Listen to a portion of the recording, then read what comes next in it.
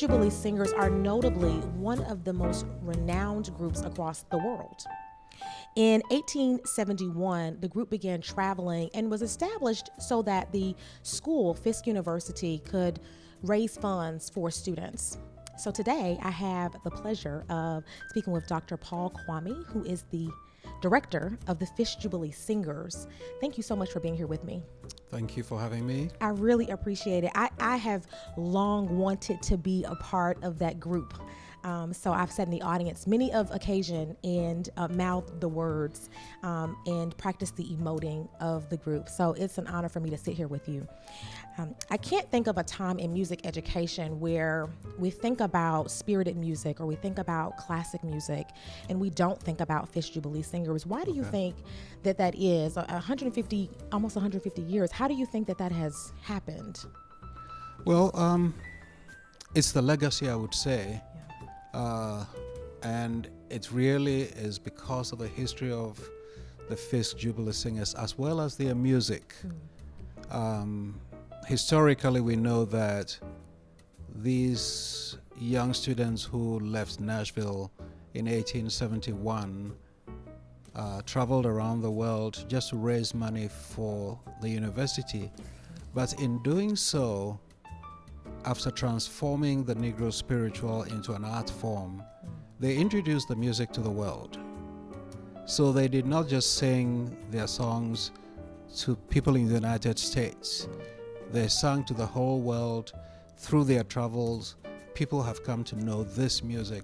And I believe that is one reason the story of the Jubilee Singers of Fisk University is so important to music education as well as to the historical culture of the United States. Yeah, so we're sitting at historic Fisk University, and what most people, I think, kind of know but don't know is that Music City really got its name through Nashville through the Fisk Jubilee Singers, and Queen Victoria was a part of that. Can you talk a little bit about that to make sure people get the history very clear?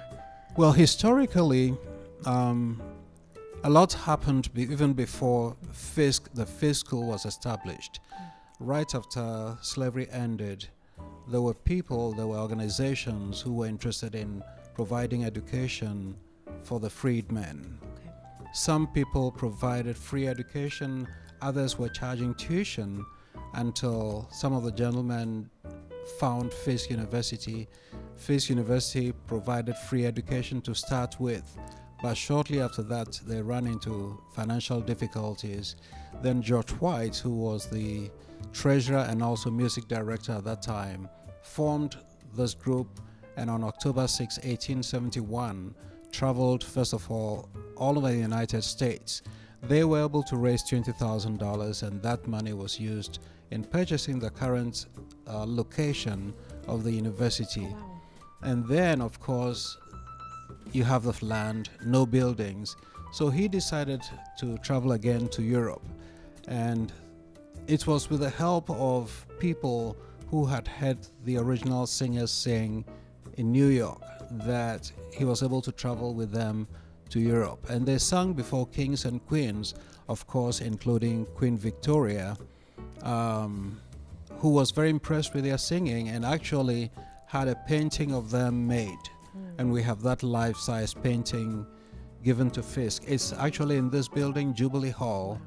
Jubilee Hall also, I should say, is a building that was built because the Jubilee Singers on their second tour were able to raise $150,000, and that money was used in building this facility, which is also nicknamed Frozen Music, meaning that every brick in the walls of Jubilee Hall represents every note that they sang as they traveled.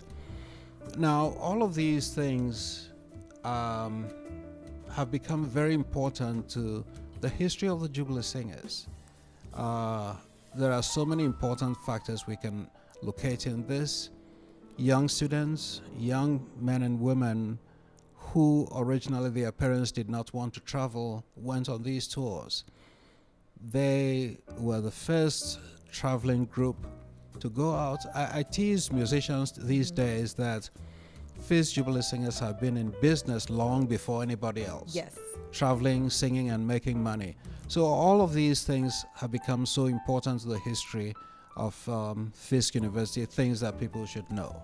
Yeah, it's so interesting that you mentioned frozen music, because as I walk into Jubilee Hall, there's such a reverence for the space. You feel a little bit different when you walk in the doors. I mean, you do. I think even sitting here, it's a calming, if you will, and you feel the ancestors are a part of that. So I really appreciate that history. And I think about, as I think about the students and the current students, and how do you teach that reverence to them? So how do you make sure that they maintain the integrity, the sacrifices even that the young students made as they were traveling the country, traveling the world, to make sure that this school became what it is? So how do we make sure we instill that today?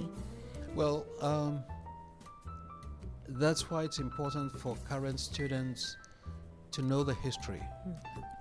In knowing the history, in learning the history, I make sure that they become familiar with the kinds of sacrifices that the original singers made. I want to make sure that they know the background of those original singers. For example, one of the original singers, as I've mentioned to my current students, was 2 years old. Well, first of all, his father died before he was born.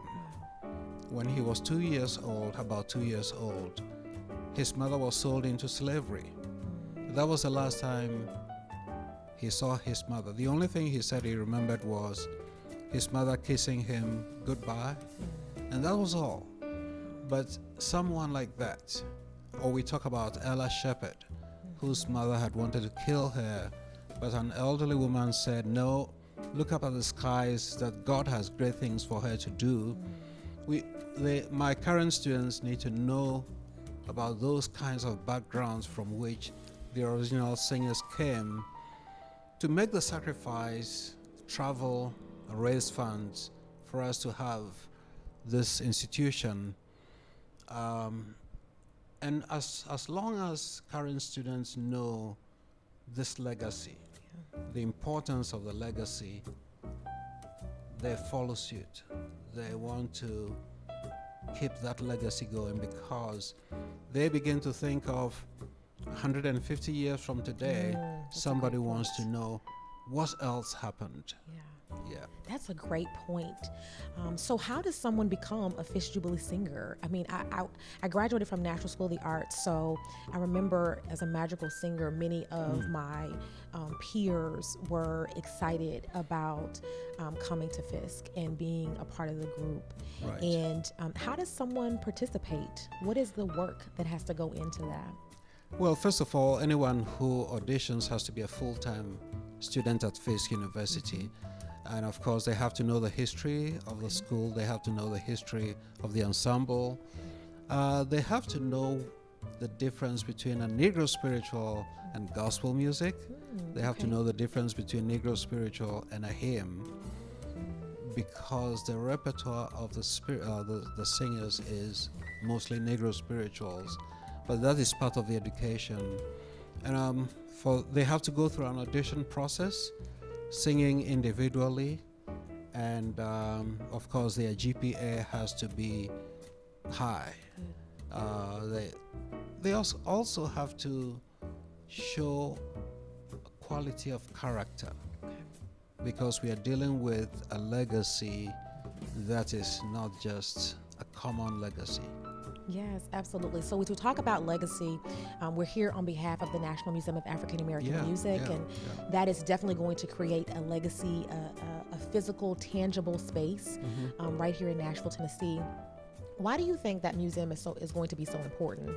Wow, I am very happy and very thankful for those who came up with this idea, because we have so much. When you talk about African American music, there is so much that we don't know.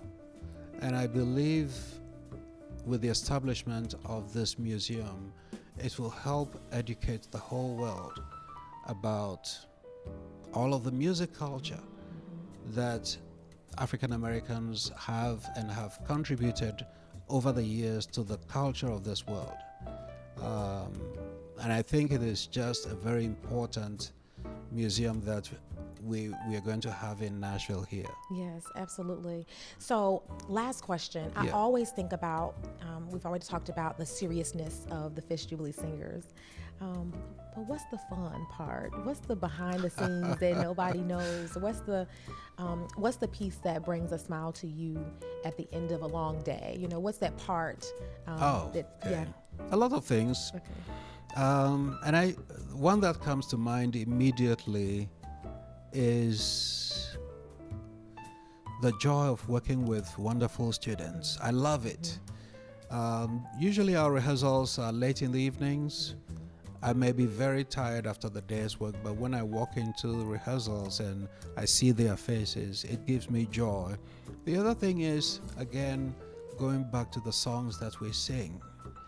To me, these songs, some people may consider as historic, but these songs to me and to my students bring a lot of encouragement to us.